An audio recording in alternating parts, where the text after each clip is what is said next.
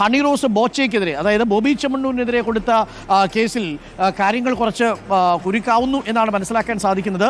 ചെമ്മണ്ണൂരിനെ ചോദ്യം ചെയ്യാൻ പോലീസ് ബോബി ചെമ്മണ്ണൂരിനെ ചോദ്യം ചെയ്യലിന് ഹാജരാകാൻ ആവശ്യപ്പെട്ട് ഉടൻ നോട്ടീസ് നൽകും. സെൻട്രൽ ACP ജയകുമാറിന്റെ മേൽനോട്ടത്തിൽ 10 പേരുടെ അന്വേഷണ സംഘമാണ് കേസ് അന്വേഷിക്കുന്നത്. അടിപൊളി. ഇപ്പോഴാണ് സംഗതി ഒന്ന് കളറായത്. ഇത്രയും ദിവസവും ഈ പേര് എന്തുകൊണ്ട് പുറത്തു വരുന്നില്ലെന്നാണ് ഞാൻ ആലോചിച്ചുകൊണ്ടിരുന്നത്. ഹണി റോസ് തന്നെ പുറത്ത് പറയണമല്ലോ. അപ്പോൾ ഒടുവിൽ ഹണി റോസ് തന്നെ അദ്ദേഹത്തിന്റെ പേര് വെളിപ്പെടുത്തി, പേര് മെൻഷൻ ചെയ്തിട്ട് ഫേസ്ബുക്കിലും ഇൻസ്റ്റാഗ്രാമിലും ഒക്കെ തന്നെ പോസ്റ്റ് ഇട്ടിട്ടുണ്ട്. അതിന് പുറകെയാണ് ഈ ഒരു പരാതി നൽകിയിരിക്കുന്നത്. ഏതായാലും അത്യാവശ്യം നല്ല വകുപ്പുകളൊക്കെ ചേർത്തിട്ടുണ്ട്. പിന്നെ എന്തെങ്കിലും കടുത്ത ശിക്ഷ അദ്ദേഹത്തിന് കിട്ടുമോ എന്ന് ചോദിച്ചു കഴിഞ്ഞാൽ സാധ്യത കുറവാണ്. കാരണം പണം ഇഷ്ടം പോലെ ഉണ്ടല്ലോ. ഹണി റോസും ഇതേ കാര്യം തന്നെയാണ് ഫേസ്ബുക്കിലും ഇൻസ്റ്റാഗ്രാമിലും ഇട്ട കുറിപ്പിലും മെൻഷൻ ചെയ്തേക്കുന്നത്. താങ്കളുടെ പണത്തിന്റെ ഹുങ്കിൽ വിശ്വസിച്ചോളൂ, ഞാൻ ഇന്ത്യയുടെ നിയമവ്യവസ്ഥയിൽ വിശ്വസിച്ചോളാം എന്ന് പറഞ്ഞുകൊണ്ട്. അപ്പൊ ഏതായാലും ഈ ഒരു ന്യൂസ് പുറത്തു വന്നതിന് ശേഷം നമ്മുടെ മഹാനായിട്ടുള്ള ബോബി ചെമ്മണ്ണൂർ ഇതിനെതിരെ പ്രതികരിച്ചിട്ടുണ്ട്. ആ വീഡിയോയും കൂടി ഞാൻ നിങ്ങളെ ഒന്ന് കേൾപ്പിച്ചു തരാം. ബോബി ചെമ്മണ്ണൂർ നമുക്കൊപ്പം ലൈനിലുണ്ട്. ബോബി ചെമ്മണ്ണൂരുമായി നമുക്കൊന്ന് സംസാരിക്കാം. Hello, good evening Bobby Chemmanur. നമസ്കാരം. Very good evening. Bobby Chemmanur, കേസായല്ലോ. സ്ത്രീത്വത്തെ അപമാനിച്ചടക്കമാണ് കേസ്. IT ആക്ട് അടക്കം ഇട്ടിട്ടുണ്ട്. കുഴപ്പമാവോ? അറിയില്ല എന്താണെന്ന്. അല്ല, ഇതിൽ ആ പരാതിയിൽ പറയുന്ന കാര്യങ്ങൾ താങ്കൾ കേട്ടിരുന്നോ? കേട്ടിരുന്നു. അങ്ങനെയൊക്കെ പറയേണ്ടതുണ്ടായിരുന്നോ ശ്രീ ബോബി ചെമ്മണ്ണൂർ? അതിപ്പോ കുന്തി ദേവി എന്ന് പറയുകയുണ്ടായി. അത് 2 ഉദ്ഘാടനത്തിന് വന്നിരുന്നു നമ്മുടെ. മഹാഭാരതം റിലേറ്റഡ് ആയ കഥയുമായി ബന്ധപ്പെട്ടായിരുന്നു താങ്കൾ അങ്ങനെ പറഞ്ഞത്? അങ്ങനെ എന്തെങ്കിലും ചടങ്ങോ അങ്ങനെ എന്തെങ്കിലും? അല്ല, ഇതില് സീരിയൽ ഉണ്ടല്ലോ ഹിന്ദിയില്, അതിലൊരു കഥാപാത്രം ഉണ്ട് ഇവരോട് സാദൃശ്യമുള്ളത്. അപ്പൊ അവരുമായിട്ട് ഞാൻ പറഞ്ഞു, അതിന്റെ ഒരു സാദൃശ്യം ഞാൻ പറയുകയുണ്ടായി. പക്ഷെ അത് അവര് ആ സെൻസിൽ തന്നെ എടുത്തിട്ടുള്ളായിരുന്നു. ഒന്നിൽ കൂടുതൽ തവണ പറഞ്ഞോ? അല്ല, അതൊരു പ്രാവശ്യം പറഞ്ഞുള്ളൂ. പിന്നെ അടുത്ത ഇനാഗ്രേഷൻ ഇതുപോലെ വേറെ എന്തോ ഒരു കാര്യം പറഞ്ഞുണ്ടായി. സ്ഥിരമായിട്ട് ഇങ്ങനെ ഉപമകൾ ഇങ്ങനെ പറയേണ്ടത് ഒരു സാഹചര്യം ഉണ്ടായിരുന്നോ ബോബി ചെമ്മണ്ണൂർ? അതായത് അവർക്ക് അത്ര കംഫർട്ടബിൾ അല്ലാന്ന് തോന്നിയ സാഹചര്യത്തിൽ അല്ല, ഇനിയിപ്പോ ഇങ്ങനെ കുറെ ന്യായീകരണങ്ങൾ അങ്ങ് മുന്നോട്ട് വെച്ചാൽ മതിയല്ലോ. ഇദ്ദേഹം ഇപ്പോഴും പറഞ്ഞുകൊണ്ടിരിക്കുന്നത് പുള്ളി ആ ഒരു അർത്ഥത്തിലല്ല പറഞ്ഞത്, വെറുതെ തമാശക്കാണ് പറഞ്ഞത്. പുള്ളി പറഞ്ഞ കാര്യം ആൾക്കാർ വളച്ചൊടിച്ചതാണ്. ആരും ഒന്നും വളച്ചൊടിച്ചിട്ടില്ല. പുള്ളി പറഞ്ഞ വാക്കുകളൊക്കെ തന്നെ കേട്ടവർക്ക് മനസ്സിലായി എന്തർത്ഥത്തിലാണ് പറഞ്ഞത് എന്നുള്ളത്. ഒരു പ്രാവശ്യമല്ല പറഞ്ഞത്, പല തവണ റിപ്പീറ്റ് ചെയ്ത് പല സ്റ്റേജുകളിലും പല വേദികളിലും ഇദ്ദേഹം ഇങ്ങനത്തെ വർത്തമാനങ്ങൾ പറഞ്ഞിട്ടുണ്ട്. ഹണി റോസിനെ കുറിച്ച് മാത്രമല്ല, പല സ്ത്രീകളെ കുറിച്ചിട്ടും ഇദ്ദേഹം ഇങ്ങനെ സംസാരിച്ചിട്ടുണ്ട്. ഇദ്ദേഹം മിക്കപ്പോഴും ഈ രീതിയിൽ ഡബിൾ മീനിങ് ഉള്ള വാക്കുകൾ ഉപയോഗിച്ചിട്ടാണ് സംസാരിക്കുന്നത്. അപ്പൊ ഇദ്ദേഹത്തിന്റെ ഒരു വിചാരമുണ്ട്, തമാശ എന്നുള്ള ലേബലിൽ എന്തും പറയാം.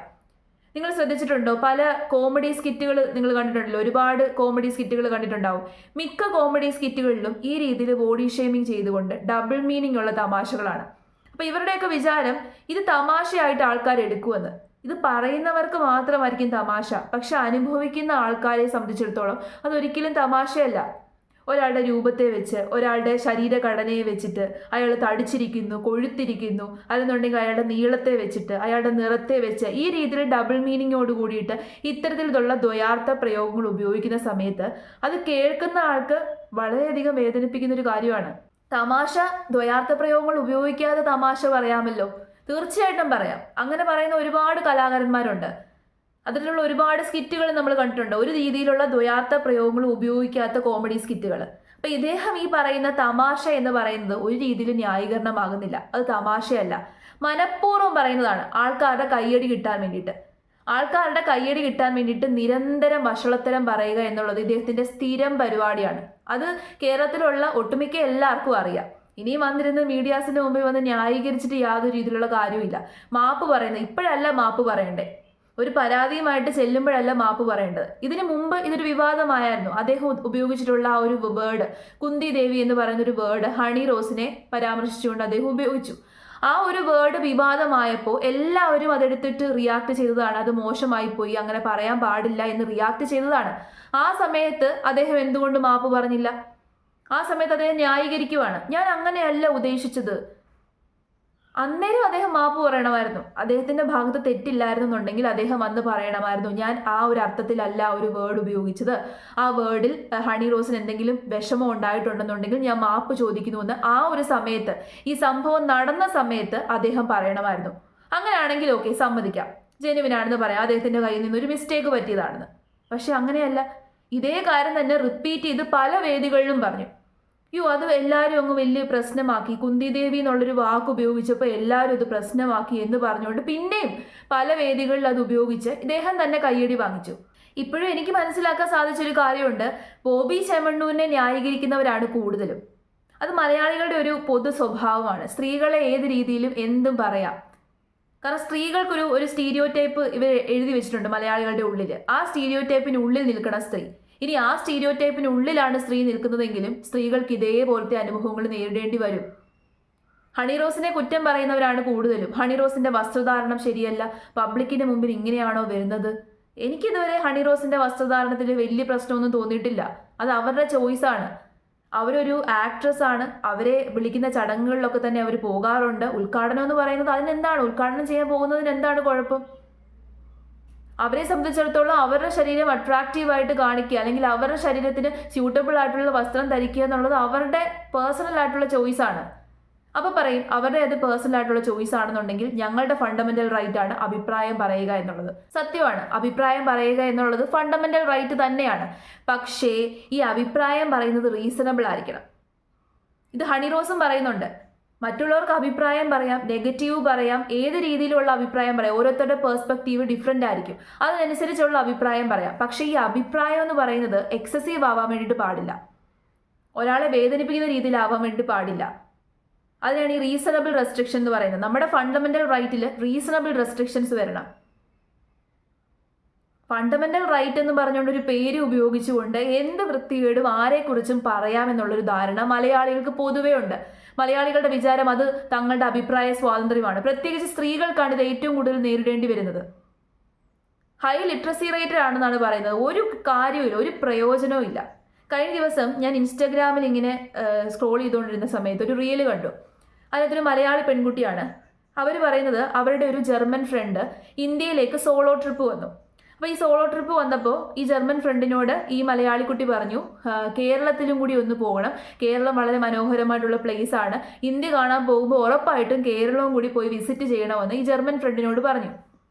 അപ്പം കൂട്ടുകാരി പറഞ്ഞതല്ലേ എന്ന് വിചാരിച്ചിട്ട് ഈ ജർമ്മൻ സുഹൃത്ത് എന്ത് ചെയ്തു, ആ പെൺകുട്ടി നമ്മുടെ കേരളമൊക്കെ വന്ന് കണ്ടു. തിരിച്ച് അവിടേക്ക് ചെന്ന സമയത്ത് ഈ മലയാളി പെൺകുട്ടി ഒരു റീല് തുടങ്ങുന്നത് എങ്ങനെയാണെന്നറിയാമോ? എൻ്റെ കഷ്ടകാലത്തിനാണ് ഞാൻ സജസ്റ്റ് ചെയ്തത് എന്നുള്ള രീതിയിലാണ്. അപ്പോൾ തിരിച്ച് ഈ ജർമ്മൻ പെൺകുട്ടി അവിടെ ചെന്നപ്പോൾ ഈ മലയാളി പെൺകുട്ടിയോട് പറയുന്നത്, ബാക്കി നോർത്ത് ഇന്ത്യൻ സ്റ്റേറ്റുകളിലൊക്കെ തന്നെ അത്യാവശ്യം മോശപ്പെട്ട അനുഭവം ഉണ്ടായി. പക്ഷെ അതൊക്കെയെന്ന് വെച്ച് കഴിഞ്ഞാൽ ഈ പിടിച്ചുപറി കള്ളന്മാരുടെ രീതിയിലുള്ളതാണ്. പിടിച്ചുപറി ഷൂയിലേക്ക് ഇങ്ങനെ മുറുക്കി തുപ്പി അങ്ങനെയൊക്കെയുള്ള അനുഭവങ്ങളാണ് പറയുന്നത്. പക്ഷെ കേരളത്തിലേക്ക് വന്ന സമയത്ത് വേറെ ഡിഫറെൻ്റ് ആയിട്ടുള്ളൊരു അനുഭവമാണ്. ആ പെൺകുട്ടിയെ തടഞ്ഞു നിർത്തുന്നു, ആ പെൺകുട്ടിയെ തുറിച്ചു നോക്കുന്നു, ആ പെൺകുട്ടിയുടെ വസ്ത്രധാരണത്തെക്കുറിച്ച് കമൻ്റ് അടിക്കുന്നു. ഇതൊക്കെ ആ പെൺകുട്ടി ഫേസ് ചെയ്തു, ഈ ജർമ്മൻ പെൺകുട്ടി ഫേസ് ചെയ്തു. ഒന്ന് ആലോചിച്ച് നോക്കിക്കേ.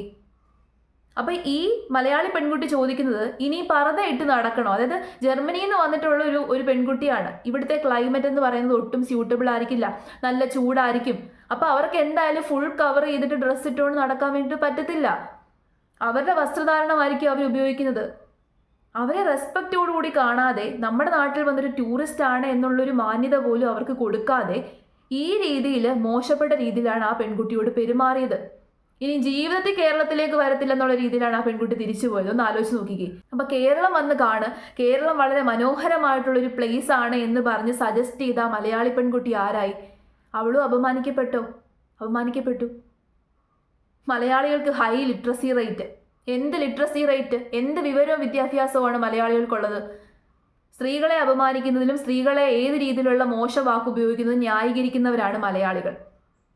നമ്മൾ മനസ്സിലാക്കേണ്ടത് വസ്ത്രധാരണം എന്ന് പറയുന്നത് ഒരാളുടെ പേഴ്സണൽ ചോയ്സ് ആണ്. ഒരാളുടെ ശരീരത്തെ വർണ്ണിച്ചുകൊണ്ട് നെഗറ്റീവായിട്ട് ദ്വയാർത്ഥ പ്രയോഗങ്ങൾ ഉപയോഗിക്കാൻ നമുക്ക് ആർക്കും അവകാശമില്ല. നമ്മളത് അനുഭവിച്ചെങ്കിൽ മാത്രമേ നമുക്കതിൻ്റെ വേദന, വിഷമം മനസ്സിലാക്കാൻ വേണ്ടി പറ്റത്തുള്ളൂ. എല്ലാത്തിനെയും ന്യായീകരിക്കുകയാണ്. ബോച്ചെ പോലെയുള്ള വഷളന്മാരെ ആരും ന്യായീകരിക്കാൻ വേണ്ടി പാടില്ല. അദ്ദേഹത്തിൻ്റെ കയ്യിൽ പണമുണ്ട്, അദ്ദേഹത്തിന് അറിയാം, ഒരു നിയമവും അദ്ദേഹത്തെ തൊടത്തില്ല.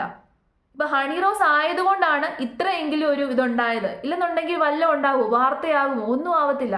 സാധാരണ ഒരു പെൺകുട്ടിയാണെന്നുണ്ടെങ്കിൽ വാർത്തയാകത്തില്ല. ഇത്തരത്തിൽ സാധാരണക്കാരികളായിട്ടുള്ള പെൺകുട്ടികൾ എത്രത്തോളം ഇങ്ങനത്തെ കാര്യങ്ങൾ നേരിടേണ്ടി വന്നിട്ടുണ്ട്, ഒരുപാട് നേരിടേണ്ടി വന്നിട്ടുണ്ട്. വസ്ത്രധാരണം എന്ന് പറയുന്ന ഒരു മാനദണ്ഡമേ അല്ല. വസ്ത്രം ഇട്ടാലും വസ്ത്രം ഇട്ടില്ലേലും തുറിച്ചു നോക്കാനുള്ളവർ തുറിച്ചു നോക്കിയിരിക്കും. ഒരു പെൺകുട്ടി അല്ലെങ്കിൽ ഒരു സ്ത്രീ ഏറ്റവും കൂടുതൽ പബ്ലിക്കിന് മുമ്പിൽ ഫേസ് ചെയ്യുന്നൊരു കാര്യമാണ്. എവിടെ പോയി കഴിഞ്ഞാലും തുറിച്ചുനോട്ടമാണ്. ഈ തുറിച്ചുനോട്ടം എന്ന് പറഞ്ഞു കഴിഞ്ഞാൽ നമ്മളെ കുത്തി നോവിക്കുന്ന രീതിയിലുള്ള തുറിച്ചുനോട്ടമാണ്. ഒരു മനുഷ്യനെയും അങ്ങനെ സ്റ്റെയർ ചെയ്യാൻ വേണ്ടിയിട്ട് ഒരാൾക്കും അവകാശമില്ല. ജസ്റ്റ് നമ്മളിങ്ങനെ കാണും, ഇങ്ങനെ നോക്കും. ഇതങ്ങനെയല്ല. ചില ആണുങ്ങളുടെ തുറിച്ചുനോട്ടം കാണുമ്പോൾ നമ്മുടെ തൊലി ഉരിഞ്ഞു പോകും. എന്നാൽ നമ്മൾ തുണി ഇട്ടിട്ടുണ്ടോ? തുണി ഇട്ടിട്ടുണ്ടായിരിക്കും. അതിപ്പോൾ പബ്ലിക് ട്രാൻസ്പോർട്ട് ആയിക്കോട്ടെ, ട്രെയിൻ ആയിക്കോട്ടെ, ബസ് ആയിക്കോട്ടെ, എവിടെ ആയിക്കോട്ടെ, പബ്ലിക്കിൻ്റെ എവിടെ പോയി കഴിഞ്ഞാലും ഇതാണ് അവസ്ഥ. അവ പറയും വീട്ടിലിരുന്നാൽ പോരെയെന്ന്. പിന്നെന്താ, പെൺകുട്ടികൾ എന്നാ വീട്ടിൽ ഇനിയും പൂട്ടിയിടാം. വല്ലാത്ത കഷ്ടം തന്നെയാണ്. ഈ മലയാളികളുടെ ഈ മനോഭാവം, ഈ മെൻറ്റാലിറ്റി മാറ്റണം. മറ്റുള്ള സംസ്ഥാനങ്ങളെക്കാളും ഏറ്റവും ഉത്തമരാണ് മലയാളികൾ എന്നല്ലേ പറയുന്നത്. കുറച്ചും കൂടിയൊക്കെ പ്രോഗ്രസീവായിട്ട് ചിന്തിക്കുക.